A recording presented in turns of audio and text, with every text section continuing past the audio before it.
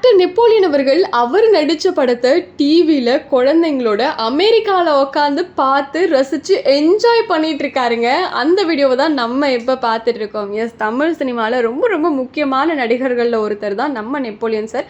அவர் நடித்த எல்லா படங்களுமே சூப்பராக இருக்கும். அவர் நடிக்கிறாரு ஒரு படத்தில் அப்படின்னாலே அந்த படம் அவ்வளோ சூப்பராக இருக்கும் அப்படின்னு நம்ம தெரிஞ்சுக்கலாம். எந்த ஒரு ரோலாக இருந்தாலுமே நல்லா நடிக்கக்கூடிய ஒரு திறமையான நடிகர்.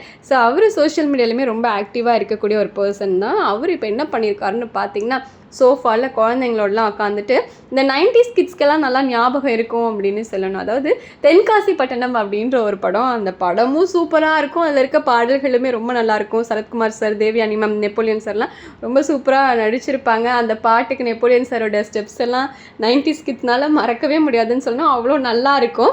அதில் மயிலிறகே மயிலிறகே அப்படின்ற பாட்டுக்கு சூப்பராக டான்ஸ் பண்ணியிருப்பார். ஸோ அந்த பாட்டை குழந்தைங்கிட்டலாம் காமிச்சிட்டு அங்கே இருக்கவங்க கிட்ட சொல்லிட்டு இருக்காரு, இது 25 வருஷத்துக்கு முன்னாடி நடித்த படம் அப்படின்னு சொல்லிட்டு பெருமையாக சொல்லிட்டு இருக்காருங்க. உண்மையாகவே இந்த படம் 2002ல் ரிலீஸ் ஆச்சு.